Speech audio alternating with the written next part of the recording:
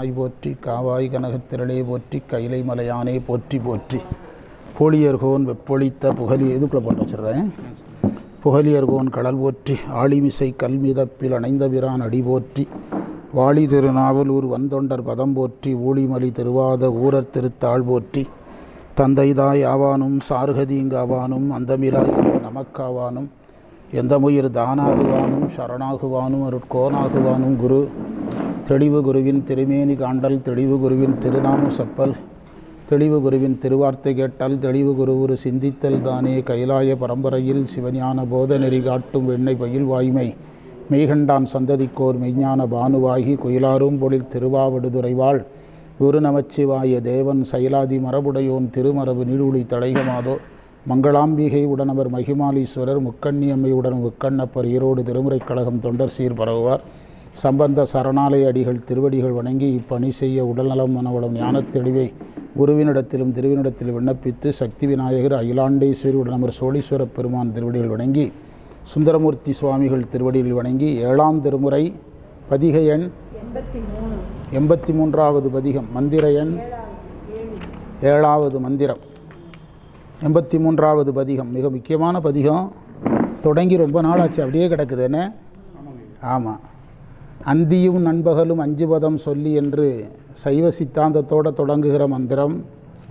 2வது மந்திரத்தில் வினை நீக்கம் சொல்கிறாரு. 3வது மந்திரத்தில் பிறவியை பற்றி பேசுகிறாரு. 4வது மந்திரத்தில் எண்ணங்கள், மனம் சார்ந்த எண்ணங்களை பற்றி பேசுகிறாரு. 5வது மந்திரத்தில் முருகனை பற்றிய குறிப்பு பார்த்துருக்குறோம். 6வது மந்திரத்தில் பஞ்சபூதங்கள் முதலான குறிப்பு பார்த்துருக்குறோம். 7வது மந்திரத்தில் இறைவன் திருநீறு பூசிய ஆச்சாரிய கோலம் பார்த்துருக்குறோம். 7 பார்க்கணுமா? பார்க்கணும். 7வது மந்திரத்திற்கான பொருள் எழுதுங்க. பொழிப்புரை. அம்மை இளம் கொம்பு போன்ற நுண்மையான இடை உடையவள். இறைவன் மணமிக்க திருநீறு பூசியவன்.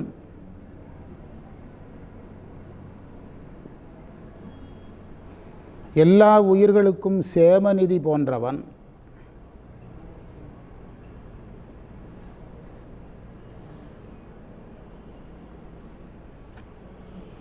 தேவர்களுக்கு பொன் போலவும் நவமணி போலவும் விளங்குபவன்.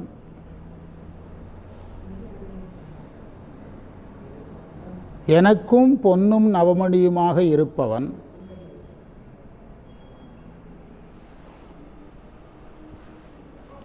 அந்த இறைவனை சென்று அடைகின்ற நாள் எதுவோ என்று கேட்கிறார். இந்த மந்திரத்திற்கு விளக்கம் சொல்லும்போது நிறைய பாடல்கள் பிரமாணமாக கொடுத்துருக்காங்க. 4ஆம் திருமுறையில் 8வது பதிகம் 9வது மந்திரம் 4, 8, 9 மலைமகள் மலைமட மங்கையோடும் வடகங்கை நங்கை மணவாளராகி மகிழ்வர் தலைகலனாக உண்டு தனியே தெரிந்து தபவானராகி முயல்வர் விலையிலி சாந்தமென்று வெறிநீரு பூசி. கரெக்டாக அதில் பொருந்தி வருது. விளையாடும் வேட விகிர்தர் அலைகடல் வெள்ளமுற்றும் அலரக் கடந்த அழலஞ்சு உண்ட அவரே. அந்த மந்திரத்தை கொடுத்துருக்குறாங்க. இன்னொரு மந்திரம் கொடுத்துருக்காங்க 9ஆம் திருமுறையில் 15வது பதிக 2வது மந்திரம். பாந்தழ்பூன் ஆரம் பரிகலம் கபாலம் பட்டவர்த்தனம் எருது அன்பர் வார்ந்த கண் அருவி மஞ்சன சாலை மலைமிகள் மகிழ்பெருந்தேவி சாந்தமே திருநீரு. அம்மைக்காகவும் நீருக்காகவும் இதை எடுத்திருக்கிறாங்க. அருமறை கீதம் சடைமுடி சாட்டிய குடியார் ஏந்தெழில் இதயம் கோயில் மாளிகையேல் இருக்கையுள் இருந்த ஈசனுக்கே என்று ஒரு பிரமாணம் கொடுத்துருக்காங்க. அடுத்தது 11, 11, 10 11ஆம் திருமுறையில் 11வது பதிகம் 10வது மந்திரம். அதில் என்ன இருக்குதுன்னா, தவளச் சாம்பலம் பொடி சாந்தன தை வந்து தேம்பல் வெண்பிறை சென்னிமிசை வைத்த வெள்ளேற்றுளவன் என்று அதுவும் திருநீருக்காக கொடுத்துருக்குறாங்க. 3 பிரமாணங்கள் 4, 8, 9 9, 15, 2 11, 11, 10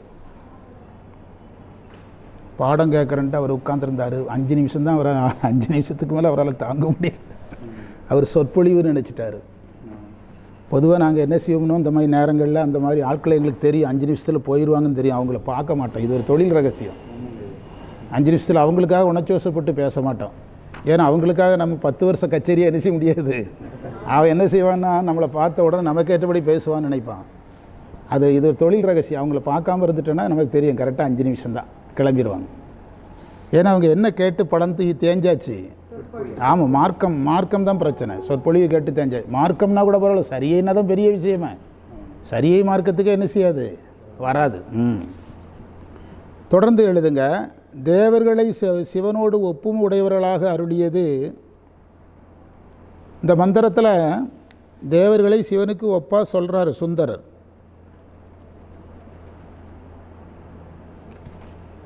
சொல்லியது எதற்கு என்றால் உரையாசிரியர் அழகாக சொல்கிறார். தேவர்களை விட சிவன் பெரியவன் என்று அறிய முடியாதவர்களை வைத்து சொல்கிறார். தேவனை சிவனுக்கு ஒப்புவமாக சொல்லியிருக்கிறாங்க சுந்தரர். இதில் சொல்லியிருக்கிறாரு. அதற்கு என்ன பொருள் எடுத்துக்கிட்டோம்னா, தேவனை விட சிவன் பெரியவர் என்று தெரிந்து கொள்ள முடியாதவங்களுக்கு மட்டும்தான் இது பொருந்தும். எல்லாருக்கும் என்ன செய்யாது, பொருந்த. அதற்கு ஒரு சித்தியார் மந்திரம் கொடுத்துருக்கிறார்.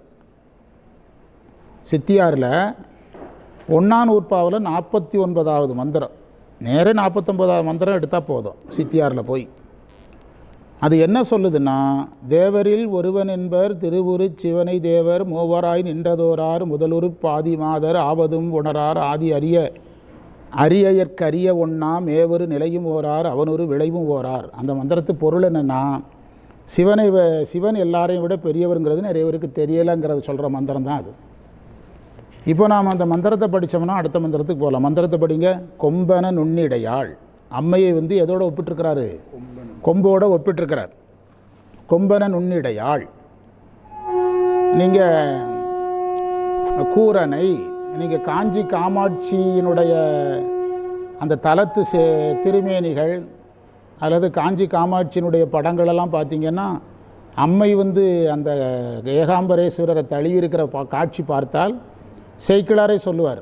அதாவது ஒரு கொடி 2 கையை வச்சு ஒரு இதில் படர்ந்துருக்கிற மாதிரி இருக்கும்பார். அம்மையை கொடியாக சொல்லி ஒரு கொடி 2 கரங்களால் பற்றியிருப்பது போல் அம்மை சிவலிங்கத்தை பற்றினாள்பார் சேக்கிழார். பெரிய புராணத்தில் இருக்குது அம்மையை பற்றி சொல்லும்போது. அதான் கொம்பன நுண்ணிடையாள் என்று சொன்னார். கூரனை உமைபாகனாக சொன்னார். கூரனை என்பது இறைவன், அருளை தன் குணமாக உடையவன் என்று பொருள். சித்தாந்தப்படி பார்த்தா உமையொரு பாகன்னா என்ன அர்த்தம்? அருளை தன் குணமாக உடையவன். அதில் இப்போ கூட நம்ம சிவப்பிரகாசத்தில் இந்த பாடப்பகுதி வந்தது. சிவப்பிரகாசத்தில் என்ன பாடப்பகுதி வந்ததுன்னா, சூரியன் சூரிய ஒளி, சிவன் அம்மை அப்படின்னு சிவப்பிரகாசத்தில் இந்த பாடப்பகுதியில் வந்திருக்குது. அதில் நுட்பமாக படிக்க வேண்டியது என்னென்னா, திரும்ப திரும்ப படிக்க வேண்டியது பண்டார சாத்திரத்தின் மூலமாக நம்ம புரிஞ்சு வச்சுருக்கிறோம். அதாவது சூரியன்லேருந்து சூரிய ஒளி வரும், சூரிய ஒளியிலேருந்து அதே தான் அம்மைக்கும். சிவன்லேருந்து அம்மை வரும், அம்மையிலேருந்து யார் வர மாட்டா. அதுதான் அதில் கூரனைன்னு சொல்கிறது. இது பற்றி கருத்து நிறைய கேள்வி கேட்டு பதில் சொல்லிகிட்டு இருந்தாங்க கரூரில். ஒருத்தர் சொன்னார், சிவன் தானுங்க அம்மைக்கு ஒரு பாதி கொடுத்தது, அம்மை கொடுக்கலல்ல அப்படின்னு கேட்டேன் நான். புரியுதா? உடனே அடுத்த நிமிஷம் கேட்டேன், சிவன் தானே அம்மை கொடுத்தாரு, அம்மை யாருக்கு கொடுக்கல? அதில் நீங்கள் புரிஞ்சுக்கிடணும். அதில் முதன்மை யாருக்கு வந்துடுது? அதாவது இதில் கிரேடெல்லாம் கிடையாது. இறைவனுடைய குணம் அம்மைங்கிறதுனால அப்படி தான் சொல்ல முடியும். அது ஏற்ற உயர்த்தி தாழ்த்தி சொல்லுதல் அல்ல. சைவ சித்தாந்தப்படி சரியான விளக்கம் அதுதான். புரியுதா? அதுதான். அதான் கொம்பனை நுண்ணுடையாள் கூரனே நீரணிந்த வம்பனை. நீரணிந்த என்பதற்கு ஆச்சாரிய கோலம்னு நம்ம எடுத்துக்கிடுவோம். திருநீர் அணிதல் என்பது யாருடைய கோலம்? ஆச்சாரிய கோலம். நறுமணப்பூச்சனை அணிந்தவனும் எல்லா உயிர்களுக்கும் சேமதி. எவ்வுயிருக்கு வைப்ப நீரணிந்த வம்பனை. வம்பனை என்பதற்கு இந்த இடத்துல வாசனைன்னு அர்த்தம். வம்பு என்பதற்கு பல பொருள் உண்டு, புதியதுன்னு ஒரு பொருள் உண்டு. புதியதுன்னு ஒரு பொருள் உண்டு தமிழில். யாராவது கொஞ்சம் வித்தியாசமாக நடந்துக்கிட்டால் கிராமத்தில் வம்பு பண்ணாதம்பாங்க. வம்புனா இதுக்கு முந்தியாமல் அப்படி நடந்துக்கலான்னு அர்த்தம். நான் சும்மா போயிட்டு இருந்தேன் சார், என்கிட்ட வம்பு பண்ணுறான் அப்படின்னா என்ன பொருள்? நம்ம சண்டை நினச்சிட்டு இருக்கிறோம். அப்படி அல்ல, இது வரைக்கும் அவன் நம்மகிட்ட அப்படி நடந்துக்கிட்டது இல்லை, மாற்றி நடக்கிறான். தமிழில் வந்து வம்பு என்பதற்கு இது அகநானூறு புறநானூற்றெல்லாம் புதியதுங்கிற பொருளில் வரும். அதாவது சங்க காலத்தில் வந்து மழைக்காலம் வரட்டு, அந்த காலத்தில் வந்து காலண்டர் கிடையாது, கடிகாரம் ஒன்றும் கிடையாது. அப்போ தொழில் தேடி வெளியே போகிற ஆண்கள் வந்து என்ன சொல்லிட்டு போவாங்கன்னா பொருள் வயிர் பிரிதல்பாங்க. அதற்கு பேர் பொருள் வயிர் பிரிதல். காசுக்காக சம்பாதிக்கிறதுக்காக பிரிஞ்சு போகிறது. மழை காலத்தில் சம்பாதிக்க முடியாதுல்ல, அப்போ ஊருக்கு வந்துடுவாங்க. அதனால தான் அந்த காலத்தில் வந்து மழைக்காலங்களில் திருவிழாலாம் கிடையாது. சம்பாதிச்சு முடித்த கோடை காலம் இருக்குது பாருங்கள், அறுவடை காலங்களெல்லாம் எது இருக்கும்? தேர் திருவிழா. ஏன் தமிழ்நாட்டில் ஒரே நேரத்தில் வருதுன்னா தொழில் கிடையாது. நீ விழா கொண்டாடு, தொழில் கெடாமல் கெடு. விழா கொண்டாடுறதுக்கு எதுவும் வேணும். இது ரெண்டும் மேட்ச் ஆகிறது எப்போம்னா இந்த திருவிழா காலத்தில் தான். கரெக்டாக காசு அளிக்கிற நேரத்தில் தான் எது வரும்? திருவிழா வரும். புரியுதா? அப்போது வந்து அந்த என்ன சொல்லிட்டு போவாங்கன்னா மழை வரட்டு நான் வந்துடுவேன்ட்டு போவாங்க. மழைக்காலம் வரும்போது வந்துடுவேன். அப்போது அந்த காலத்தில் பெண்களுக்கு வந்து தகவல் தொடர்பு ஒன்றும் கிடையாது. கல்யாணம் பண்ணிவிட்டு 10 நாளையில் கிளம்பிடுவான் சம்பாதிக்க போகிறேன்ட்டு. அப்போ இந்த பெண்கள் யார் நினைவாகவே இருப்பாங்க. அதனால தான் அந்த காலத்தில் உடன்கட்டை ஏறுகின்ற பழக்கமெல்லாம் இருந்திருக்குது. இந்த நம்முடைய தமிழர் கலாச்சாரத்தை தெரிஞ்சுக்கிடணும். சும்மா எதையாவது ஒன்று படித்து வச்சு என்ன பிரயோஜனம்? அப்போது வந்து சும்மா ஒரு புயல் காற்று காரணமாக அல்லது ஏதோ சாரல் வந்தாலே மழைக்காலம் வந்துட்டு எங்கள் வீட்டுக்கார் வரப்போகிறாருன்னு அந்த பொண்ணு ஊரெல்லாம் போய் சொல்லுவான். அகநானூற்றில் இருக்குது. அதுக்கு ஊரில் உள்ள பெரியவங்க சொல்லுவாங்களாம், இது வம்பாருன்னா புதிதாக வந்த மழை, சீசன் ரெயின் சீசன். இது வந்து தற்செயலாக வந்த ஒரு மழை. இதை நீ அவன் வர்றதுக்கான அடையாளம் என்று என்ன செய்யாத, எடுத்துக்கொள்ளாத. பீர்க்கஞ்செடியில் பூ வந்ததுன்னா ரெயின் சீசனுக்கு ஒரு அடையாளம். எதில் பூ வரணும்? பீர்க்கஞ்செடியில் பூ வருதான்னு பாரு. இப்படிலாம் சங்க இலக்கியங்களில் இருக்குது. 30 பருவமழை 30-40 வருஷத்துக்கு முந்தி படித்ததை நம்ம இதில் பொருத்த வேண்டி இருக்குது. ஆமாம், இப்போ புயல் வந்தால் மழை. அதனால் வம்பனை என்பது இந்த இடத்துல அந்த பொருள் கிடையாது. வம்புனா மனம் என்று பொருள். எவ்வுயிர்க்கும் வைப்பினைனர். அடுத்தது ரொம்ப முக்கியமான இடம். எவ்வுயிர்க்கும் வைப்பினை. நாம் பல முறை சொல்லிட்டோம். எதற்காக நம்ம திருமுறை இப்படி படிக்கிறோம் அப்படின்னு கேட்டால், இப்படி படித்ததுனாலே தெரிச்சு ஓடினவங்க நிறைய பேர். புரியுதா? திருமுறை இப்படி படிக்கிறானுங்க இந்த கூட்டத்து கூட சேரக்கூடாதுன்னு ஓடினவங்க நிறைய பேர். நான் பள்ளிக்கூடத்தில் படிக்கும்போது, நான் ஸ்கூலில் படிக்கிற காலத்தில் உள்ளதை ஞாபகத்தில் சொல்கிறேன். நாங்கள் படிக்கிற ஸ்கூலில் வந்து கேர்ள்ஸும் உண்டு, பாய்ஸும் உண்டு. ஆனால் கேர்ள்ஸும் பாய்ஸும் ஒரே கிளாஸில் வைக்க மாட்டாங்க. கேர்ள்ஸுக்கு தனி வகுப்பு இருக்கும். கோஎட் ஸ்கூலு தான். ஆனால் வகுப்பறை எப்படி தான் இருக்கும்? பையன் தனியாக இருப்பான், பிள்ளைகள் தனியாக தான் இருக்கும். சில நேரங்களில் என்ன ஆகும்னா பிள்ளைகள் அட்மிஷன் வந்து 35 நின்றோம், பசங்க அட்மிஷன் 60 வந்துடும். அப்போ என்ன செய்யணும்? ஈக்குவல் பண்ணணும். அப்போ ஏதோ ஒரு வகுப்பில் பசங்களை உட்கார வைக்கணும். அப்போ பசங்களை போக சொன்னால் போக மாட்டாங்க. அந்த காலம் இப்போல்லாம் சார் கோயட் கிளாஸ் போடுங்க சாருங்கிறானுவன். ஸ்பெஷல் கிளாஸ் அப்படின்னா பிள்ளைகள் வருவாங்களான்னு தான் கேட்குறானுவன். புரியுதா? நாங்கள் வேலை பார்க்கும்போது அப்படி கேட்க ஆரம்பிச்சிட்டோம். நாங்கள் அவனோட வகுப்பை முடித்து பிள்ளைகளை அனுப்பி 1/4 மணி நேரம் கழிச்சு இவனோட அனுப்புறதுக்கு அது வெளியே நின்றுட்டே இருக்கும் பிள்ளைகள், அல்லது இவன் நின்றுட்டு இருப்பான். இன்றைக்கி காலம் இப்படி கெட்டு போச்சு. நாங்கள்லாம் வந்து வேண்டவே வேண்டாமோ, நாங்கள் தனியாக படிச்சுட்டு இருந்தோம். அப்போ வந்து என்ன செய்வாங்கன்னா, இந்த பசங்களை கலைக்கணும்ல, போகவே மாட்டானுவா. ஆனால் கலைச்சி ஆகணும். எப்படியும் தமிழ் வாத்தியார்ட்ட சொல்லிடுவாங்க, 15 நாளைக்கு கிராமர் நடத்துறீங்கம்பாங்க. தெரிச்சு ஓடிடுவானுங்க. இவர் இப்படியே தான் 60 நாள் கிராமர் ஹெச்சம் வந்து வருவார். யார்? தமிழ் வாத்தியாரா? 60 நாள் கிராமர் நடத்துகிறதா சொன்னார். சிலபஸ் ரொம்ப பெருசாக இருக்குது, ஃபுல்லாக அந்த புணர்ச்சி இலக்கணம் தான் நடத்துவார். இது அங்கே போனீங்கன்னா தமிழ் டீச்சர் நடத்தாது அப்படின்னு தெரிச்சு ஓடிடுவானுங்க. ஆமாம், எதை வச்சு தான் கலைப்பாங்க? தமிழ் வாத்தியார் கிராமர் புணர்ச்சி இலக்கணம் வச்சுன்னு அவர் வந்து ஆரம்பித்தார்னா உயிருமேல் உடல்மேல் உயிர் வந்து ஒன்றுவது இயல்பே லேலா வேற்றுமையில் ரடவுன்னு ஆரம்பிப்பார். ஆரம்பித்தார்னா ஓடிடுவாங்க. நான் படிக்கிற காலம் முழுவதும் இது நடந்தது. நான் படித்த ஸ்கூலில் எங்கள் சித்தப்பா சொல்லுவார். எங்கள் சித்தப்பா வந்து எனக்கு வகுப்பில் பாடம் எடுப்பார். நைட்டில் ஒரு வீட்டில் நான் இருப்பேன், அவர் கூட தான் படுத்திருப்பேன். எங்கள் சித்தி வந்து கொடைக்கானல் எங்கேயோ டீச்சராக வேலைக்கு போயிட்டாங்க, தனியாக இருப்பார். அப்போ நான் அவர் கூட இருப்பேன். அவர் சொல்லுவார், சும்மா பசங்களை விரட்டுறதுக்காகடா பயந்துக்கிடாதீங்க அப்படிம்பார். அப்போது என்ன சொல்கிறாருன்னா, அதை நம்ம பாடத்துக்கு வருவோம். வம்பனை எவ்வுயிர்க்கும் வைப்பினை. அது எதுக்காக நான் சொல்ல வந்த செய்தி வேறு. அதாவது இப்படி திருமுறை இப்படி படிக்கும்போதே கூட்டம் கலைஞ்சு ஓடிடுது. ஒரு வகையில் சக்ஸஸ் தான். நமக்கு தேவையில்லாத கூட்டங்கள் என்ன செஞ்சுட்டு கிளம்பி போயிட்டு, அது வரைக்கும் நமக்கு பாதுகாப்பு தான். ஆனால் ஒரு விஷயம் தெரிஞ்சுக்கிடுங்க, நாம் இப்போ யார் கூட இருக்கோம்? சுந்தரர் கூட இருக்கோம். 2 இறைவன் கூட இருக்கோம். 3 சுந்தரர் கூட இருக்கோம். 4 இதன் பொருட்டு கோயிலில் இருக்கிறோம். என்ன சொல்கிறீங்க? இந்த காரணங்களெல்லாம் சேர்த்திங்கன்னா இது பெரிய விஷயம்.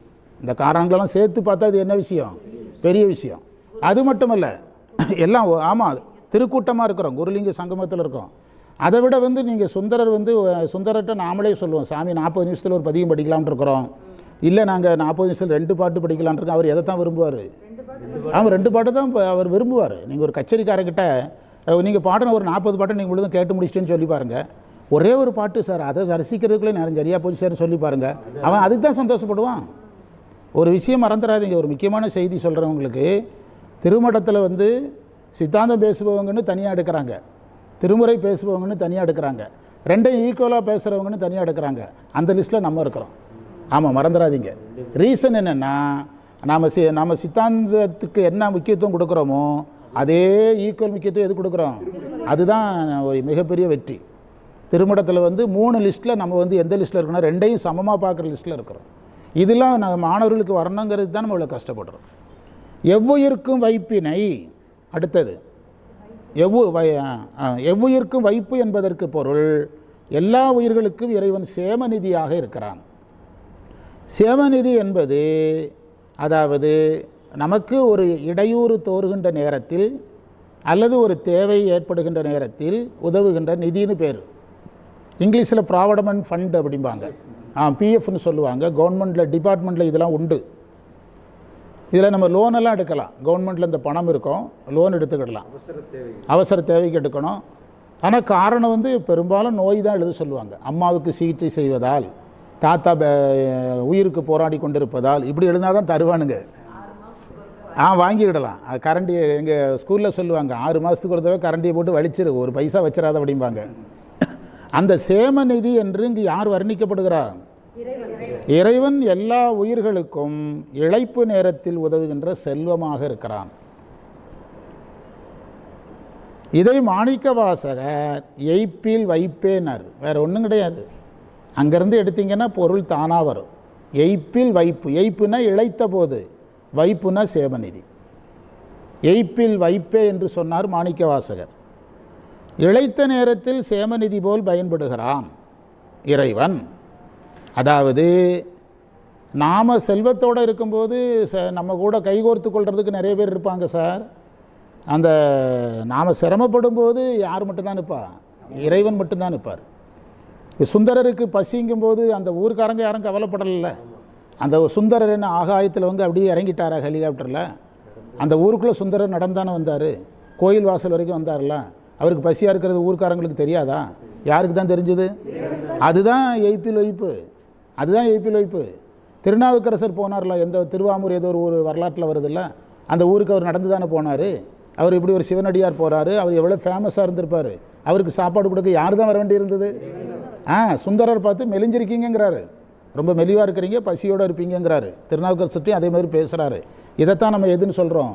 எய்ப்பில் வைப்பு. எந்த இடத்திலெல்லாம் திருமுறையில் இறைவன் அடியார்கள், திருநாவுக்கரசருக்கு எல்லாம் எடுங்க, சுண்ணாம்பு காலவாய் எடுங்க, நஞ்சு கொடுத்த போது எடுங்க, யானையை விட்ட போது எடுங்க, கடலில் தள்ளினதை எடுங்க, எல்லாம் சேர்த்து எடுங்க, எல்லாம் சேர்த்து எடுங்க. இந்த சுண்ணாம்பு காலவாயில் நம்ம என்ன தப்பு பண்ணுறோம் தெரியுமா? சின்ன தப்பு இல்லை, பெரிய தப்பு. அந்த மாசில் வினையோடு முடிச்சுடுறது. அது திருநாவுக்கரசருடைய பதிகத்தில் அந்த பதிகம் ரொம்ப முக்கியமானது. எந்த பதிகம்? அத்தனை பாட்டும் ஒவ்வொரு மீனிங் சொல்லும் அந்த மாசில் வினையில். அதில் தான் விறகில் தீனன் இருக்குது, அதில் தான் வந்து நிறைய மந்திரம், வாழ்த்த வாயும் நினைக்க முடிஞ்ச ஏதோ ஒரு மந்திரம் அதில் தான் இருக்குது. அல்லலின் செய்யும் அன்னம்பாலிப்பில், அல்லலின் செய்யும் அன்னம்பாலிப்புக்குள்ளே வரும். அது தில்லை பதிகம். இது நீங்கள் அந்த பதிகத்தை கொஞ்சம் வீட்டில் போனாலும் எடுத்து பாருங்கள். அதை மாதிரி நடலை வாழ்வு கொண்டு என் செய்வீர்னு கேட்பார். இந்த உடம்பை ஒரு நாள் கழுகு தின்றும் பாரு. அது ஏன் சொல்கிறாரு தெரியுமா? அதை திங்குது, என்னைக்கு திங்கிறது? திங்கிற உடம்பு தானே அர்த்தம். நான் இந்த காலவாயில் இருப்பதை பற்றி கவலைப்படவில்லை, என்றைக்கும் ஒரு நாள் எது திங்கிற உடம்பு தான். அதை மீனிங்கில் தான் அவர் அந்த பாடுறாரு. அந்த பதிகத்தை நம்ம எதோட இணைச்சி பார்க்குறதில்ல, வரலாற்றோடு இணைச்சி பார்க்குறதில்ல. எதோட சரி? மாசில் வினையும் மாலை மதியம் திருச்சிற்றம்பலம், அதோட சரி. புரியுதா? அதனால் ஆமாம், அந்த பதிகத்தை கவனமாக பாருங்கள். எவ்வுயிர்க்கும் வைப்பனை, அதில் ரொம்ப முக்கியம். எவ்வுயிர்க்குங்கிறது ரொம்ப முக்கியம். எவ்வுயிர்க்கும் என்பதன் பொருள் இறைவன் எந்த உயிர் இழைக்கும் போதும் அதற்கு உதவுகிறார். அந்த உயிர் தீவினை செய்த உயிராக இருந்தால் மறைப்பாக இருந்து உதவுறாரு, நல்வினை செய்த உயிராக இருந்தால் அருளாக இருந்து உதவுறார். ஆனால் எல்லா உயிருக்கும் உதவி உண்டு. சரி, ஒரு திருடனை போலீஸ் பிடிக்குது, திருடனை போலீஸ் பிடிக்கும்போது போலீஸை கண்டு ஓடுறான், முழங்கால் உடஞ்சி போச்சு, ஜெயிலில் போடணும். நேராக ஜெயிலில் கொண்டு போட மாட்டாங்க, ட்ரீட்மெண்ட் கொடுத்து தான் ஜெயிலில் போடுவாங்க. அதே போலீஸ் அதிகாரி என்ன கொடுக்குறாரு? ஹாஸ்பிட்டலில் கூப்பிட்டு போய் ட்ரீட்மெண்ட் கொடுத்து, கவர்மெண்ட் செலவில் ட்ரீட்மெண்ட் கொடுத்து எங்கே படுக்க வைக்கிறாங்க? மருத்துவமனைக்கு அழைச்சிட்டு போகிறாங்கல்ல. அப்போது அந்த போலீஸ் எப்படி காவல்துறை எல்லா குற்றவாளிகளுக்கும் கூட யாராக இருக்காங்க?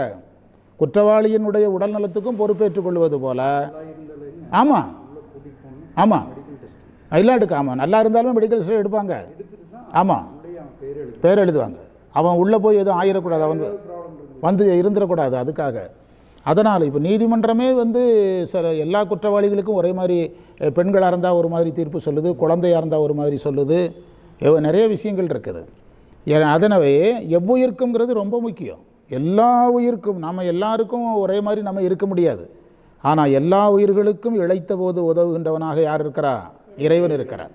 ஒப்பினை ஒப்பு அமரர், அந்த ஒப்பமரருங்கிறது தான் இந்த இடத்துல எடுக்கணும். அந்த சுந்தரர் கரெக்டாக தான் சொல்லியிருக்கிறாரு. எவ்வுயிருக்கும் வைப்பினை ஒப்பமரருங்கிறது அங்கே எதுக்கு வச்சார் தெரியுமா? அந்த எவ்வுயிருங்கிறதுல நல்லவங்களும் இருக்காங்க, நல்லவர் அல்லாதவர்களும் இருக்கிறாங்க, பக்குவரும் இருக்கிறாங்க, பக்குவப்படாதவர்கள் இருக்கிறாங்க. அதனால தான் பக்குவப்படாதவர்களால் இறைவன் யாருக்கு சமமாக பார்க்கப்படுகிறான்? பக்குவப்படாதவர்கள் சிவனை யாருக்கு சமமாக? தேவர்களுக்கு சமமாக. அதனால தான் அந்த வார்த்தையை போட்டார். தேவர்கள் அப்படி பார்க்குறாங்க. அப்படி பார்க்குறவங்களுக்கும் அவர் உதவுறார். இப்போ இறைவன் உதவி செய்யும்போது, இப்போ நமக்கு உதவி செய்யும்போது, நீங்கள் சித்தாந்தம் படிச்சிருக்கீங்களான்னு கேட்டால் செய்கிறாரு. ஆமாம், சிவபிரகாசம் இப்போ தான் படித்து முடித்தேன் அப்படின்னு நம்ம சொல்லிகிட்டு இருக்கிறோமா? அவர் அதாவது புல்வரம்பு இன்றிம்பார் மாணிக்க வாசகர். புல்லிலிருந்து யானை முதல் எறும்பு ஈராய ஊனமில் யோனியில் பிழைத்து, யானையிலிருந்து எறும்பு வரைக்கும் நமக்கு இதெல்லாம் தோணிச்சுதா? தென்சேரி மாலை சாமி சொல்வார், இத்தனை மணிக்கு பூஜை பண்ணணும், திருநீர் இத்தனை சென்டிமீட்டர் வைக்கணும்னு விதி சார். இதில் திருநீர் வைக்கும்போது இத்தனை சென்டிமீட்டர் இருக்கணும்னு விதி இருக்குது. அந்த விதியெல்லாம் அவர் சொல்லுவார். இந்த விதியெல்லாம் உனக்கு எப்போ தெரிய ஆரம்பிச்சது? உனக்கு இந்த விதியெல்லாம் தெரியுக்கு முன்பே உனக்கு யாரை தெரியும்? ஒன்றை யாருக்கு தெரியும் அப்படிம்பார். இந்த விதியெல்லாம் இன்றைக்கி எடுத்து பேசுகிறா. யாராவது திருநீர் பூசினா பெருசாக வச்சா பெருசாக வச்சுட்டாங்கிறா, சின்னதாக வச்சுட்டாருங்கிறா, கோணையாக வச்சுட்டாருங்கிறா. தண்ணி நிறைய சேர்ந்துட்டுனா அது அந்த வரிசையே வராது. அதனால் என்ன, திருநீர் வச்சாச்சு இல்லை, இங்கே என்ன மேக்கப் பண்ணிவிட்டு ஷோவாக காட்ட போகிறோம்? ஆமாம், அப்படின்னா அந்த சினிமா படத்தில் ஸ்டிக்கர் ஒட்டி விட்ருவோம், ஒட்டி தான் விடணும். அவர் சொல்லுவார், இதெல்லாம் உனக்கு எப்போ தெரிஞ்சதும் பாரு. அழகான கேள்வி.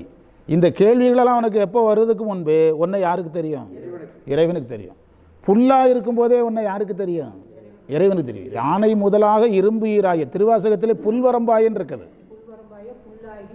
ஆமாம், எல்லாமே இருக்குது. அந்த புல்வரம்பாயங்கிற தொடரை முழுசாக பிடிங்க, அதில் நிறைய ரகசியம் இருக்குது. அந்த புல்வரம்பாயங்கிற தொடரை பிடிச்சிங்கன்னா அதில் நிறைய செய்தி இருக்குது.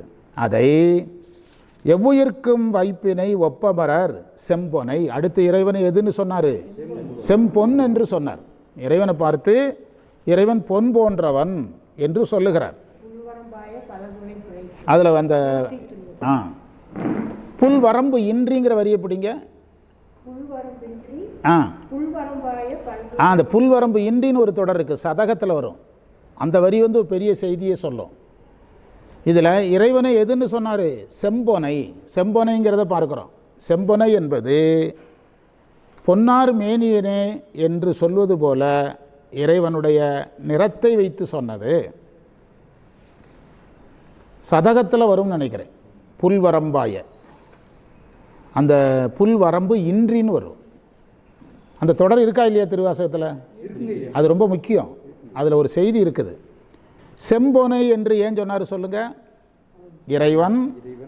இறைவன் நிறத்தை வைத்து சொன்னது ஒன்று. இரண்டு, பொன் பாதுகாக்கப்படுவது போல இறைவனும் நம்முடைய உள்ளத்தில் வைத்து என்ன செய்யப்பட வேண்டியவன்? பாதுகாக்கப்பட வேண்டியவன்கிறது இன்னொன்று. பொன் என்பது நமக்கு ஞானத்திற்கான ஒரு குறியீடு. இன்றைக்கி சித்தியாரில் ஒரு மந்திரம் படிச்சுட்டு இருந்தேன். சித்தியார் சுபக்கத்தில் 317வது மந்திரத்துக்கு பிறகு ஒரு மந்திரம் படிச்சுட்டு இருந்தேன். அதில் சிவஞான முனிவர் ஒரு செய்தி சொல்கிறாரு. இறைவனை நம்ம பொண்ணுன்னு நிறைய இடங்களில் சொல்கிறோம், ஆனால் எல்லா இடங்கள்லையும் என்ன செய்ய முடியாது, சொல்ல முடியாதுன்னு எழுதுகிறார். எல்லா இடங்கள்லையும் இறைவனை யாருன்னு சொல்ல முடியாது, பொன் என்று சொல்ல முடியாது. இப்போ உதாரணமாக எழுதுங்களேன், நான் சொல்கிறத எழுதுங்க. இந்த இடத்துல சொல்ல முடியாது. செம்பு, களிம்பு, பொன். எத்தனை பொருள் இருக்குது? செம்பு இருக்குது, களிம்பு இருக்குது, பொன் இருக்குது. சரியா? இப்போது களிம்பு செம்பு இருக்குது, களிம்பு இல்லை. இந்த செம்பை பொன்னாக மாற்றுறது ரதகுளிகை. ரதகுளிகை. செம்பு களிம்பு ரெண்டும் ஒன்று. ரதகுளிகை ரெண்டாவது பொருள் ரதகுளிகை தான். செம்பும் களிம்பையும் ஒரே பொருளாக பார்க்கணும். செம்பு அதில் இருக்கிற களிம்பு 1, ரதகுளிகை 2, பொன் 3. சரியா? இதில் செம்பில் களிம்பு போகணும். எது போக்கும்? பொன் போக்குமா? அதுதான் அவர் சொல்கிறார். ஆமாம், அதனால தான் அவர் அந்த இடத்துல வந்து இறைவனை நாம் வந்து யாராவது ரதகுளிகையாக சொல்லணுங்கிறார். அந்த இடத்துல இறைவனை எதா சொல்லணும்? ரசகுளிகையாக சொல்லணும். புரியுதா? ஆமாம், அதுக்கு தகுந்தபடி தான் நீங்கள் சொல்லணும். எல்லா நேரமும் நீங்கள் இறைவனை பொண்ணுன்னு சொல்ல முடியாது. அந்த இடத்தில் ரசகுளிகை தான் செம்பை மாற்றுமே தவிர பொன் என்ன செய்யாது? மாற்றாது. அந்த இடத்துல யார் பொன் சிவபெருமானா ரசகுளிகை சிவபெருமானா? யார் தான் சிவபெருமான்? ரசகுளிகை தான் சிவபெருமான் எழுதுகிறார். எவ்வளோ சைவ சித்தாந்தத்துக்குள்ளே எவ்வளோ நுட்பம் இருக்குது பாருங்கள். இன்னைக்கு படிச்சுட்டு இருந்தேன். சித்தியார் சுபக்கம் 317வது மந்திரத்துக்கு பிறகு வருது. சிவஞான முனிவர் எழுதுகிறார். அதனால் இப்படி நிறைய கோணங்கள் இருக்குது. சுந்தரர் இங்கு சொன்னது நம்ம முதல்ல எழுதின கோணம். செம்பொனை, நல்மணியை, மணி என்று சொன்னது குரு, நன்மணி என்று சொன்னது ஞான நெறியை காட்டுகின்ற குரு. மறைப்பு சக்தியாக இல்லாமல் அருள் சக்தியாக இருந்து ஞான நெறி காட்டுகின்ற குரு. தென் என்ற சொல்லுக்கு அழகுன்னு அர்த்தம். தென் திருவாரூர்னா தெற்கே இருக்கிற திருவாரூர் கிடையாது, அழகான திருவாரூர் என்று பொருள். திருவாரூர் புக்கு என் பொன்னை. அதனால தான் நீங்கள் பொன்னு மணியை 2 தடவை வருங்க. முதல்ல வருவது எனக்கு உரிய பொன்னும் மணியுமாக இருப்பவன் பெருமானை 2 தடவை நம்ம எழுதியிருக்கிறோம். தேவர்களுக்கும் பொன்னும் மணியுமா இருக்கான், எனக்கும் பொன்னு மணியாக இருக்கிறான்னு அர்த்தம். சுந்தரர் வந்து அதில் 2 முறை சொன்னதுக்கு ஒரு காரணம் இருக்கணும்ல. 2 முறை சொன்னதுக்கு என்ன காரணம்னா, தேவர்கள் நாம் இப்போது பார்க்கின்ற இந்த பொருளில் இறைவனை பார்க்க மாட்டாங்க. அவங்கள பொறுத்தளவில் பொன்னுன்ற பொருள் அப்படியே, மணி என்ற பொருள். அவர் போகிகள் தானே. போகிகளுக்கு எதாவது தெரிவார்? பொன்னும் பொருளுமா தெரிவார். இவருக்கு அந்த பொருள் கிடையாது. அதனால தான் அவர் விவரமாக சொன்னார். என் பொன்னைனார், என் பொன்னைனார். சுந்தரருக்கு பொன் என்று சொல்லும்போது நாம் சொன்ன எல்லா காரணமும் வந்துடும். என்னது? பாதுகாக்கப்பட வேண்டியது ஞானம். பொன்னார் மேனியனின் பாடுனதே யார் தான்? பொன்னார் மேனியனின் பாடுனதே யார் தாங்க? இதே சுந்தரர் தான். இதே சுந்தரர். அந்த பொருள் எடுக்கணும். பாருங்கள், என் பொனை என் மணியினார். ஆனால் தேவர்களுக்கு எது கொடுக்கலை? அந்த எண்ணெல்லாம் கொடுக்கலை. அதிலிருந்தே நீங்கள் பிரிச்சுக்கிடணும். தேவர்களுக்கு அவன் பொண்ணுனா அந்த பொண்ணாக விட்டால் சாமியை விற்றுருவான்னு அர்த்தம், வேறு ஒன்றும் கிடையாது. விட்டால் சாமியை என்ன செஞ்சிருவான்? விற்றுருவான். விட்டால் சாமியை வந்து மணின்னு சொல்லி விற்றுருவான். அந்த பொருள் தான் அது இதில் புரிந்து கொள்ளணும். ஆனால் எனக்கு இறைவன் பொன்னாக இருக்கிறான், மணியாக இருக்கிறான்னா குருவாக இருக்கிறான்னு அர்த்தம். எனக்கு குருவாக இருக்கிறான். இப்போ தான் நம்ம அந்த ஆதீன சொற்பொழிவில் அதே பொன்னு மெய்ப்பொருளும் தருவானைங்கிறது. ஆமாம், திருவும் புணர்ப்பானை. இதே வந்து இப்போ நம்ம ஆதீன சொற்பொழிவிலே நம்ம இதை தானே போட்டிருக்கிறோம். குருவாக பார்க்கணும்னு பார்த்தோமில்ல. ஆதீன சொற்பொழிவிலேயே குருலிங்க சங்கமத்தை எடுக்கணும். இந்த சுந்தரர் சேரமான் சுந்தரர் இவருடைய சந்திப்பில் தான் இந்த திருவாரூர் போகிறது, தில்லை போகிறதுல தான் எது திருத்தொண்ட தொகையை நிகழ்கிறது. எனவே நாம் இதில் எதை எடுக்கணும்? திருத்தொண்ட தொகை வருகிறது. அதனால் குருலிங்க சங்கமமாக எடுக்கணும் அப்படி சொன்னோமல்ல. அதே பொருள் தான் இங்கேயும். அந்த என்பொனை என் மணியை என்றுகொள் எய்துவதே என்று கேட்கிறார் இந்த மந்திரத்தில்.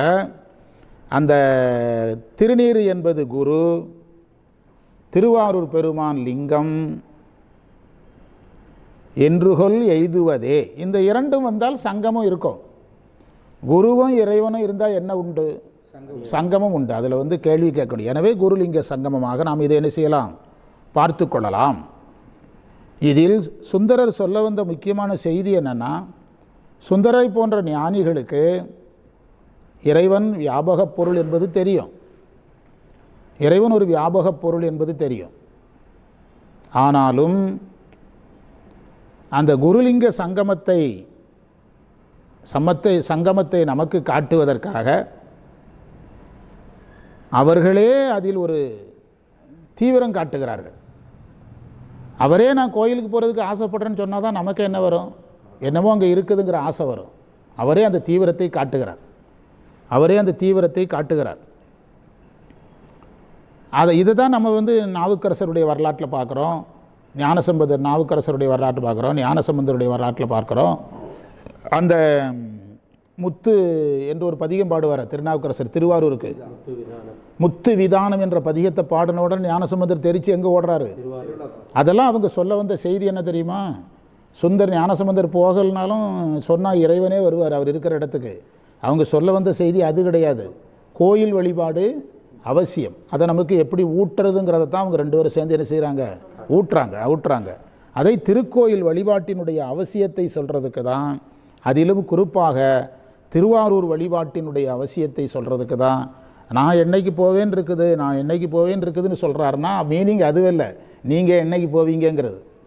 அபிராமி அந்தாதியில் கீவா ஜெகநாதன் உரை எழுதுவார். அதாவது யாரெல்லாம் கும்பிட்டாங்கன்னு ஒரு பட்டியல் இருக்குது அபிராமி அந்தாதியில். கணபதி, கந்தன், காமன் அப்படின்னு ஒரு பாட்டு இருக்குது. ஆமாம், அதில் கடைசியில் சொல்லுவார், பட்டர் என்ன சொல்ல வருகிறார் என்றால், இவங்களெல்லாம் கும்பிடும்போது நீங்கள் எப்படி கும்பிடாமல் இருப்பீங்க, கும்பிடுங்கன்னு சொல்ல வர்றாரும்பார். அதே தான் இங்கே. ஆமாம் என்று இந்த திருப்பாட்டு பொருளை நாம் நிறைவு செய்வோம். அடுத்த பாடப்பகுதிக்கு போகலாம். டீ குடிங்க. 31